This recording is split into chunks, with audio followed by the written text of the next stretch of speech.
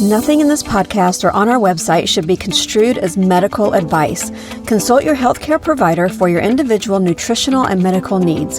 The information presented is based on our research and is strictly that of the author and not necessarily those of any professional group or other individual. Hi, I'm Sue Becker from Bread Beckers. Welcome to Sue's Healthy Minutes. I'm so excited you've joined me today, and I hope this episode encourages you and allows you to find the answers you have been praying for the health of you and your family. Today on Sue's Healthy Minutes, I'm going to deviate just slightly from my usual nutritional talks, but only slightly. I love summer. Maybe not the heat so much, but I love garden season. I love all the fresh produce that becomes available this time of year. Though we're coming to the end of the summer season, there is still so much garden produce coming in. Whether you personally have a garden or enjoy getting fresh produce from friends, roadside stands, or from one of the many popular local farmers markets, it's great to have such a plethora of fresh goodness available. But often, knowing what to do with all this extra fresh produce can be overwhelming. Certainly, we can share with friends and family, but the Bible gives us another solution. Go to the ant, it says. Proverbs 6, verses 6 through 8, tells us to observe the ways of the ant and to be wise. Although the ant has no overseer, ruler, or boss telling her what to do, she prepares her food in the summer and brings in her provisions of food in the harvest season for the coming winter.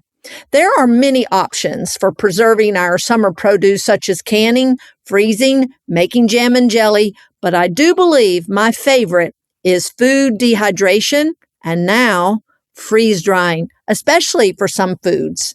When Brad and I started Bread Beckers way back in 1992, a small food dehydrator was one of our initial machine purchases required to become retailers of the meal we wanted to sell.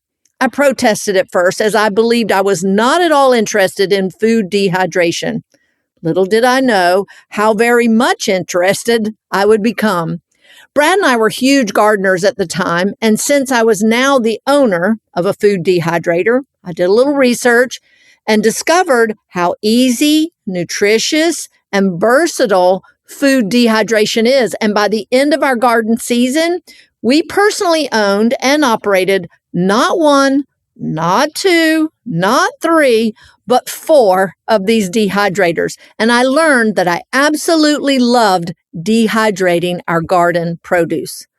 You know, the oldest form of food preservation is dehydration, long before canning or freezing were options.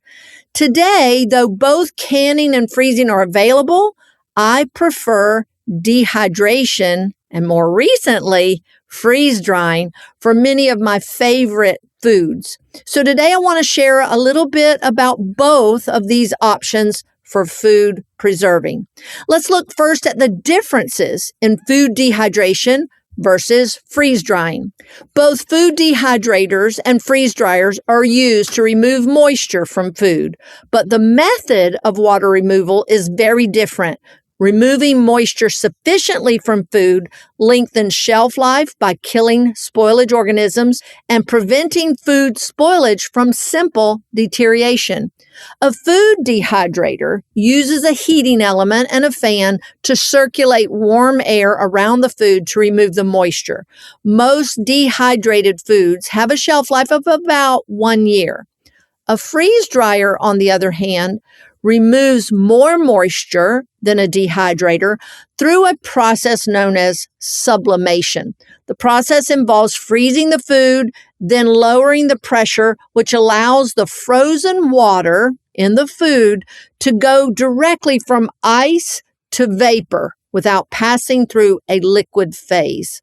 By removing even more moisture, bacteria, mold, and even enzyme deterioration is stopped, allowing freeze-dried food to retain its beautiful color and flavor for decades instead of only months or about a year.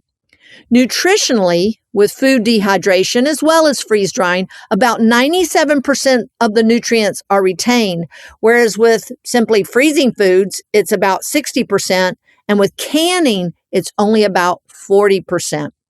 With only the water removed, dehydrated foods dried at temperatures below 112 degrees even retain their vital enzymes. But not all foods can be safely dehydrated at low temperatures, such as meat or meat jerkies. Freeze drying does have some nutritional advantages over food dehydration in that they operate at much lower temperatures during the freezing stage and even lower temperatures during the drying stage. This helps preserve the color, the texture, and the nutritional quality of the food better than a traditional food dehydrator. With freeze drying, nearly all the B complex vitamins and the fat-soluble vitamins, such as vitamins A, E, and K, are retained, and only a minor loss of the more heat-sensitive vitamin C. Essential minerals, such as iron, calcium, and potassium, are nearly 100% preserved, as well as all the protein. The biggest advantage over dehydration is that freeze drying even protects the delicate antioxidants found in most berries. In both dehydration and freeze drying, flavors are enhanced due to their concentration as the water is removed. So any food, such as fruit, that contains natural sugars that are remotely sweet when fresh will be even more sweet and flavorful when dried by either freeze drying or food dehydration. Dried foods can be a healthy, natural alternative to unhealthy, sugar-filled processed snack foods. And kids really love these sweet, delicious treats that you can feel good about giving them. While both dehydration and freeze drying preserve more nutrients than canning or freezing, both can alter the texture of the food. Dehydration usually produces a chewy, leathery texture, and some foods tend to darken during the dehydration process. Freeze-dried foods tend to retain their original color and shape, and they have a crunchy texture. Both methods of preservation reduce the weight and volume of the food, but can be brought back to life, so to speak, by simply adding water and allowing the food to rehydrate for a few minutes.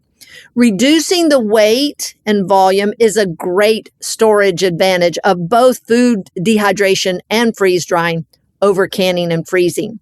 Dehydrated or freeze-dried foods take up very little storage space when compared to freezing and canning. Canning jars are heavy and bulky and take up a fair amount of space. Once opened, canned foods must be used or refrigerated to prevent spoilage. Not so with dried foods. Your storage container can be opened and used out of as needed if you're careful not to introduce moisture back into the container. Freezing foods has some of the same disadvantages as canning. Frozen foods are bulky and they require a freezer, electricity, storage containers, and space in the freezer. And with freezing, there is always the chance of food loss due to power outages or freezer failure. This is again not so with dehydrated or freeze-dried foods, which can be stored simply at room temperature.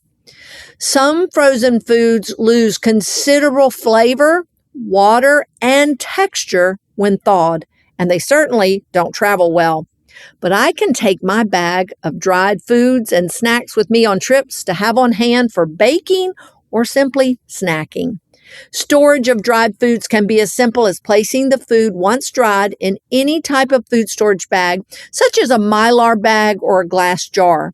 These can be vacuum sealed if you want for longer storage to prevent discoloration or moisture absorption, but it's not necessary for more short-term use and storage.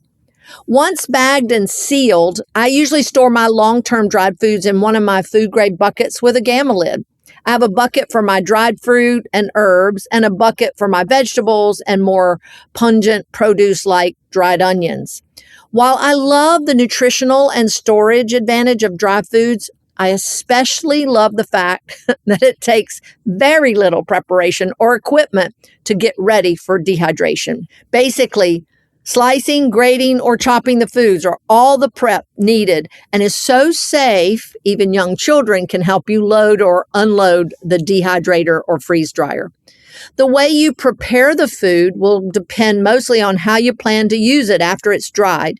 The time it takes for food to dehydrate or freeze dry will depend on the type of food, its moisture content, as well as how thick or thin the food is cut. For instance, your abundant crop of zucchini can easily be grated and dehydrated instead of frozen for later use in zucchini bread or muffins.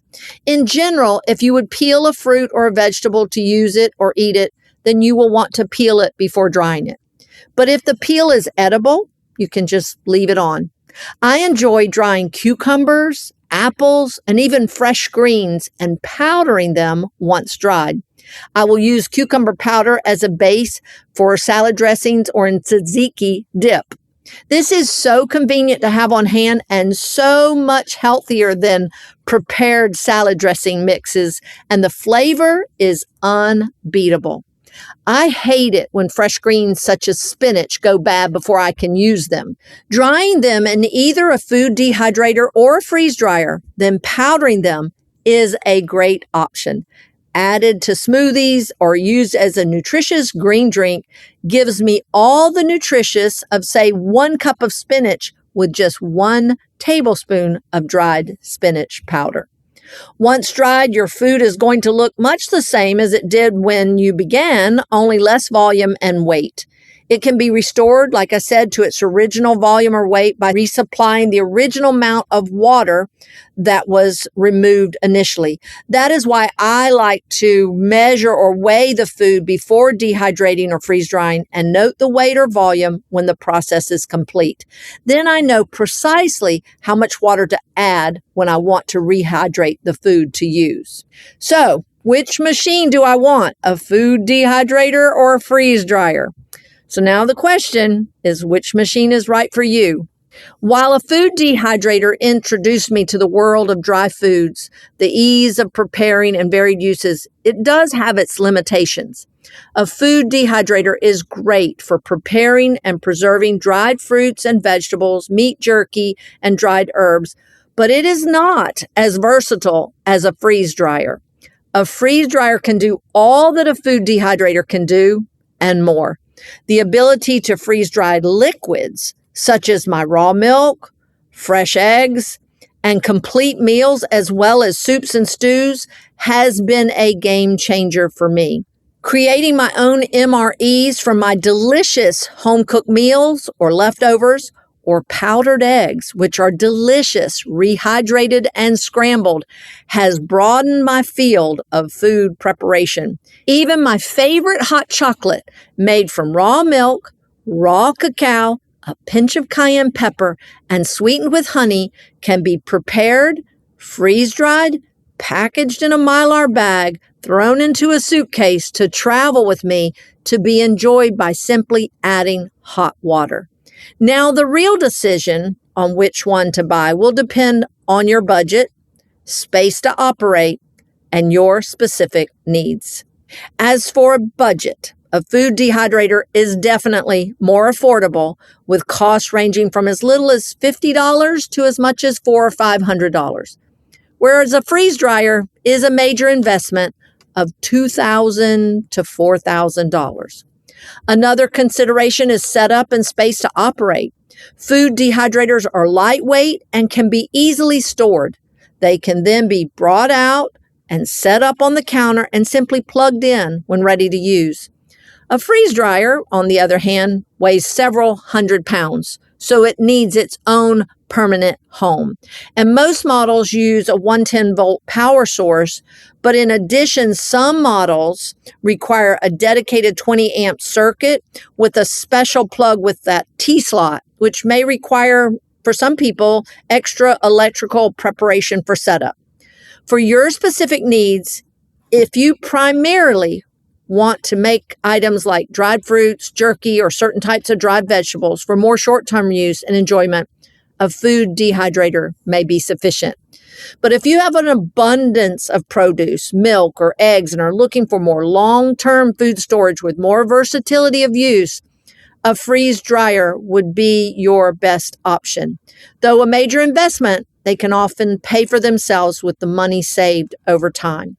In summary, dehydrators are simpler, faster, and less expensive, but freeze dryers offer superior preservation of color, flavor, and nutrients with a much longer shelf life. This makes them suitable for long-term storage, so you have inexpensive food when prices are outrageous, a broader range of foods all year long, and if you're a prepper, sufficient stock and supplies for years of off-grid independence. And one lady told me she never throws food away now as she freeze dries all her leftovers. Of course, if money is not a factor, you can always buy both. To learn more about food dehydrating or freeze drying, be sure to check out our classes on Becker's YouTube channel. I'll put the links in today's podcast notes, as well as links to the food dehydrators and freeze dryers that we offer here at Becker's. Whether you use a food dehydrator or a freeze dryer, dried foods are simple to make, easy to store, easy to use, and best of all, nutritious and delicious to eat. So have fun with this. It's worth the investment. So I hope you've been inspired today to go to the ant and prepare your food during the summer for the winter months ahead. Until next time, this is Sue Becker from Becker's with Sue's Healthy Minutes. Sue's Healthy Minutes podcast has been a presentation by the Beckers Incorporated located in Woodstock, Georgia. For more information, store hours, and learning opportunities, visit breadbeckers.com and follow us on Facebook and Instagram. Make sure to subscribe to this podcast and never miss an episode. Share this with 2 friends who would benefit from this information, and be sure to join us again next week for more of Sue's Healthy Minutes.